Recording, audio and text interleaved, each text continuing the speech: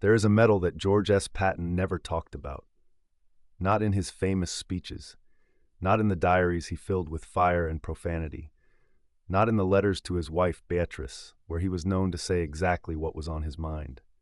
The man who called himself the best damn general in the American Army, and may have been right, received a decoration from the United States Coast Guard and buried it in silence. It was not a medal for killing. It was not a medal for strategy or conquest. It was not for the blood-soaked beaches of Sicily, or for the armored columns that sliced through France like a blade. It was for pulling 3 boys from the cold waters of Massachusetts Bay, boys he had never met, boys who were already half dead, while his own small boat was leaking and nearly unmanageable in a squall, while other boats had already passed those boys by. The Silver Lifesaving Medal, awarded to Major George S. Patton on the recommendation of the Commandant of the United States Coast Guard, documented in the National Archives, confirmed by first-hand accounts from the rescued themselves, and then set aside by the man who earned it, never to be mentioned again. That is the verdict. The question is what it tells us about the man beneath the scowl, and what we lose when we let the legend devour the human being underneath.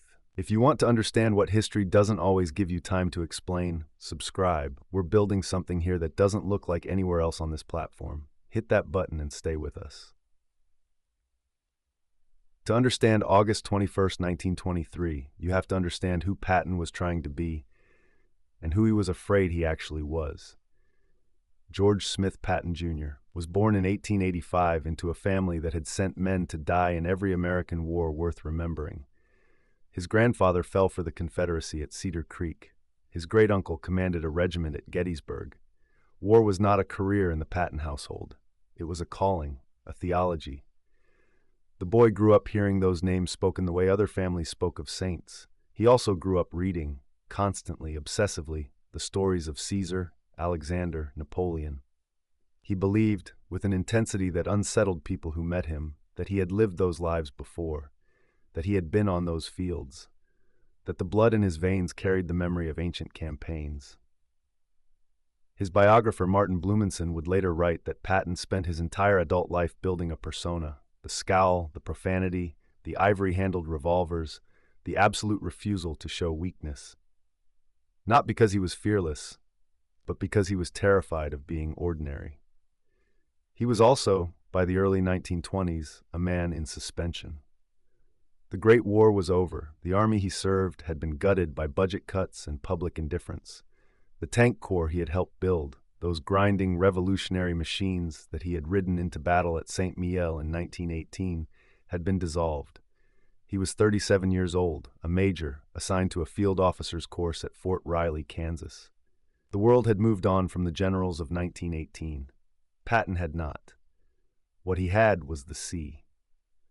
George and Beatrice Patton were serious sailors, not weekend hobbyists, but people who understood weather and wind and the particular humility that deep water demands. They sailed off the New England coast every summer they could manage it. It was one of the few places where Patton did not perform, where the uniform came off, metaphorically speaking, and something quieter took over.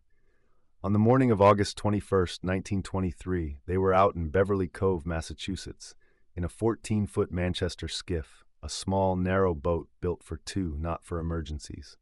The weather that day had started well enough. It did not stay that way. The sky went squally without much warning. The wind shifted. The water turned rough. Patton brought the boat's bow into the wind and began working his way toward Salem Harbor, trying to manage the increasing chop. The skiff, Beatrice would later write, began to leak badly and become almost unmanageable. That is the moment most men would have focused entirely on their own survival. Patton heard crying. Behind them, off to the side, 3 boys were in the water. Their small sailboat had capsized, overturned completely, and they had been clinging to the hull in cold Massachusetts Bay water for somewhere between 45 minutes and an hour. Their names were Patrick T. Jackson, Jr., 16 years old, his younger brother Jonathan Jackson, 10, and Charles Kendall, Jr., 3 boys from good families in Beverly, Massachusetts, out for an afternoon sail that had gone catastrophically wrong. At least 2 other boats had already passed close enough to hear them. Neither stopped. The boys had gone from shouting to barely able to hold on. The cold water of New England in August is not the warmth that tourists imagine. It strips heat from a human body faster than most people expect, and 45 minutes is long enough to begin losing the ability to grip, to kick, to stay awake. Patton turned his leaking, overloaded skiff around and headed toward the cries. What happened next was recorded in remarkable detail, because 2 years later, the United States Coast Guard would open a file on the incident, collect sworn statements, and use those statements to justify the award of a federal medal. Those documents survived. They are in the National Archives today, Record Group 26, Box 286, and they preserve the voices of both the rescuers and the rescued. Beatrice Patton wrote that her husband brought the skiff up into the wind about 20 feet to windward of the capsized boat and dropped his sail. He then worked the small craft over to the boys against the wind and the chop. Getting alongside was dangerous. Beatrice wrote that the boys' combined weight and their frantic movement nearly capsized the Patton boat more than once. It was very rough, she wrote, and we nearly capsized him too. Patton pulled all 3 boys aboard. A 14-foot skiff designed for 2 people now held 5, 3 of them soaked through, shivering violently, barely conscious after nearly an hour in the water. Beatrice wrote that she and Patton stowed the boys in the bottom for warmth and sat in the stern to keep the following seas, which broke over our backs many times before we reached the lee of the land. They sat in the bowsprit, getting drenched by every wave, keeping their weight at the back of the boat to stabilize it, while 3 boys lay at their feet slowly coming back to life. They made it to shore, all 5 of them. Patrick Jackson, 16 years old, the oldest of the 3, would later write his own account of what he remembered: the cold, the exhaustion, the boats that passed, the moment he heard another sail coming toward them instead of away. He described Patton's arrival without knowing who Patton was, just a man in a small boat who turned around when he didn't have to. 2 years passed. In 1925, the Commandant of the United States Coast Guard, Admiral R.E. Day, reviewed the evidence and recommended the award of the Silver Lifesaving Medal to both George and Beatrice Patton. The Silver Lifesaving Medal, established by Congress in 1874, was awarded to those who rescue a person from drowning, shipwreck, or peril in hazardous waters. It has been awarded fewer than 2,000 times in its history. Chester Nimitz received one. So did Patton. By the time the medal was officially offered, Patton was no longer in Massachusetts. He had been transferred to the Hawaiian Division at Schofield Barracks in Honolulu. He acknowledged receipt of the award from there in a brief official correspondence, and that was the end of it. No press, no ceremony he publicized, no mention in any of the letters, speeches, or diary entries that historians would spend decades combing through. He put it away. Now we have to sit with that for a moment, because it is strange, and the strangeness is the whole point of this story. This was a man who craved recognition the way some men crave air. Martin Blumenson, the foremost scholar of Patton's personal papers, wrote plainly that Patton was always interested in glory, adulation, recognition, and approval. He believed deeply and without embarrassment that history would remember him, and he spent considerable energy making sure it would. He wrote constantly. He cultivated his image. He wore those pearl-handled revolvers because he knew how a general was supposed to look. And yet, here was a documented act of physical courage, real courage, not battlefield courage surrounded by thousands of men, but the solitary decision to turn a leaking 14-foot boat around in a squall to pull strangers from the water. And he said nothing. One explanation is simple. Patton was a warrior. The Silver Lifesaving Medal was not a warrior's medal. Talking about it would have softened the image he had spent his life hardening. Another explanation is more interesting. Maybe for once he did something purely because it was the right thing to do, with no audience in mind, and the purity of that was something he didn't want to expose to the machinery of his own ambition. Blumenson wrote something else about Patton that stays with you. He said that the process of building the public persona, the profanity, the scowl, the ruthlessness, killed his sensitivity and warmth and turned a sweet-tempered child into a seemingly hard-eyed and choleric adult. The sweetness was still in there. It had just been armored over, so thoroughly that even Patton himself may have been startled when it surfaced. On August 21st, 1923, it surfaced. The Patton who turned that boat around was also the Patton who would, 20 years later, slap a shell-shocked soldier in a Sicilian hospital tent and call him a coward. Both of those things are true. That is the uncomfortable math of a complicated man. In August 1943, during the Sicily campaign, Patton visited 2 different evacuation hospitals and struck 2 different soldiers who were being treated for what he dismissed as battlefield cowardice, but what we now recognize as combat stress disorder, what today we would call PTSD. Private Charles Cool, Private Paul Bennett, both slapped, both berated. Patton wrote in his diary afterward that he had likely saved Bennett's soul, if he had one. The incident nearly ended his career. Eisenhower privately reprimanded him with words that were, by the general's own account, sharp as a bayonet. Patton was pulled from active command during the critical months leading up to D-Day, used instead as a decoy, paraded around England as a phantom army commander so German intelligence would fixate on him and not on Normandy. He knew what he was. He knew what he wasn't. The slapping incidents revealed a man who had built his entire identity around the refusal to acknowledge fear. In himself, in others, in the institution he loved. Battle fatigue was, to Patton, not an illness but a surrender, a betrayal of everything he believed war demanded of a soldier. And yet, 20 years before Sicily, he had turned a leaking boat around to help strangers who were too exhausted and too cold to help themselves. The contradiction doesn't resolve. That's the point. Human beings don't resolve.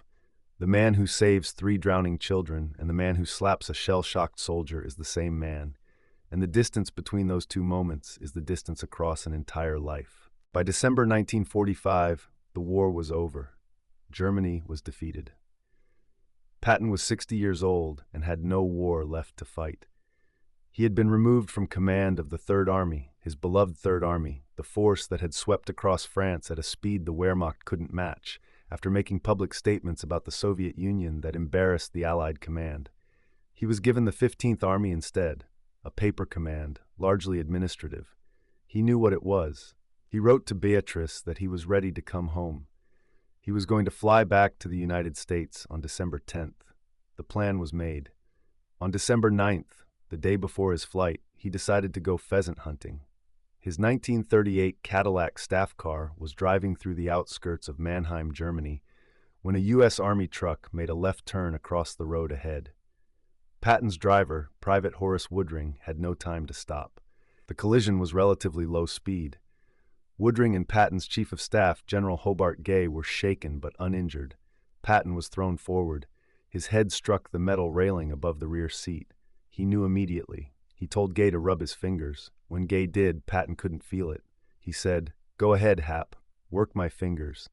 He had broken his neck. C3 vertebra fractured, C4 displaced onto C5.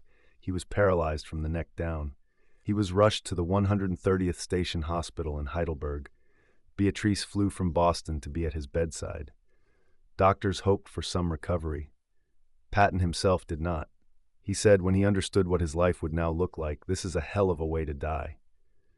12 days later, on December 21st, 1945, the shortest, darkest day of the year, a blood clot reached his heart in the night.